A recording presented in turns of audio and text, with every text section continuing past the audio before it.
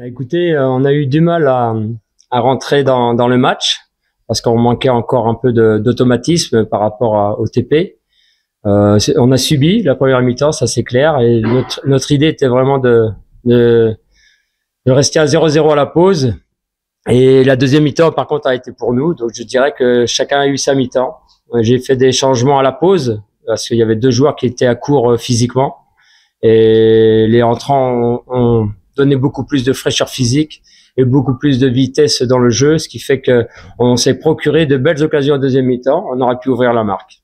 Et il a l'expérience des classicos, donc je voulais pas trop de jeunesse et je pensais qu'il allait être frais, justement, apporter la fraîcheur, mais il a quand même subi beaucoup sur son côté. Il a manqué de fraîcheur physique, je dirais.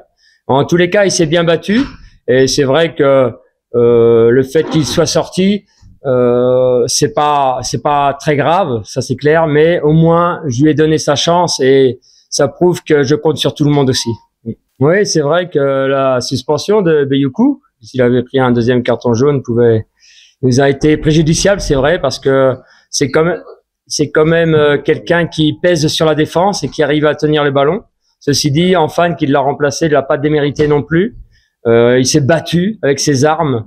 Ça a été quand même un manquement chez nous, le fait que Beyoukou soit pas aligné. Moi, ce que je retiens depuis que je suis à la tête de l'équipe, depuis 6 matchs, c'est l'état d'esprit des joueurs. Franchement, il est irréprochable. Les mecs se battent, sont courageux, ils sont agressifs au possible. Et ça, c'est un état d'esprit qui est remarquable. Et donc, c'est ce que je veux entretenir.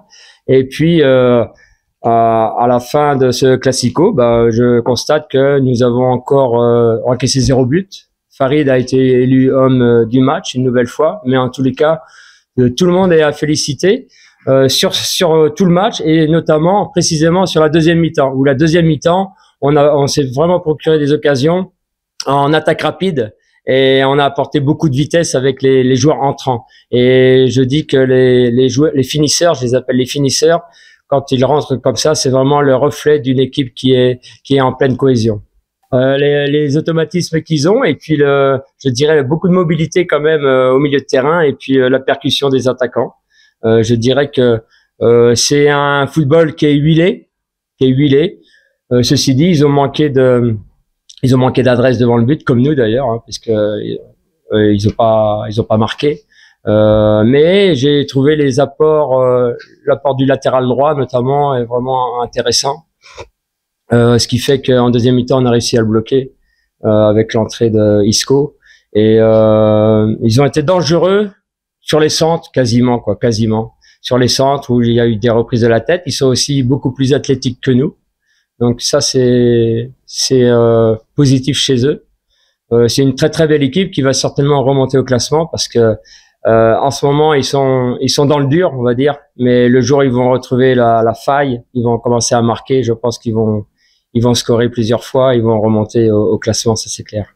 Non, j'ai un effectif franchement qui est de qualité. Donc je compte sur tout le monde et puis le jour où tout le monde sera vraiment en forme physique et non, il n'y a pas besoin de complément. Peut-être un deuxième ou un troisième avant-centre, un attaquant mais j'ai déjà beaucoup d'excentrés, donc ça c'est possible que. Mais pour l'instant, franchement, je fais avec ce que j'ai.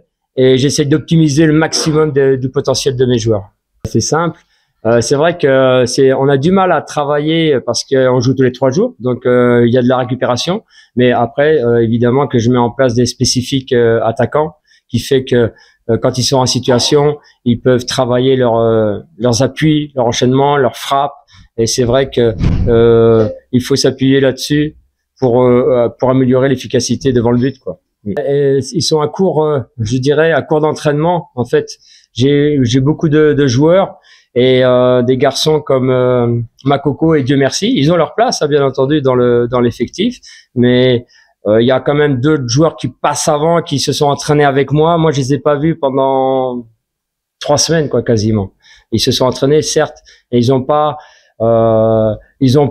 comment dire, joué totalement les matchs non plus. Donc, ils sont à court de conditions. parce que quand on est en camp, bah, on travaille pas forcément le physique. Il y a Dieu merci qui a joué latéral. Il aurait pu la semaine dernière être remplaçant, être dans le groupe. Il devait être dans le groupe, mais il n'est pas venu à l'entraînement, malheureusement. Donc, et Makoko, faut qu'il attende encore un petit peu, de façon à ce qu'il intègre le groupe.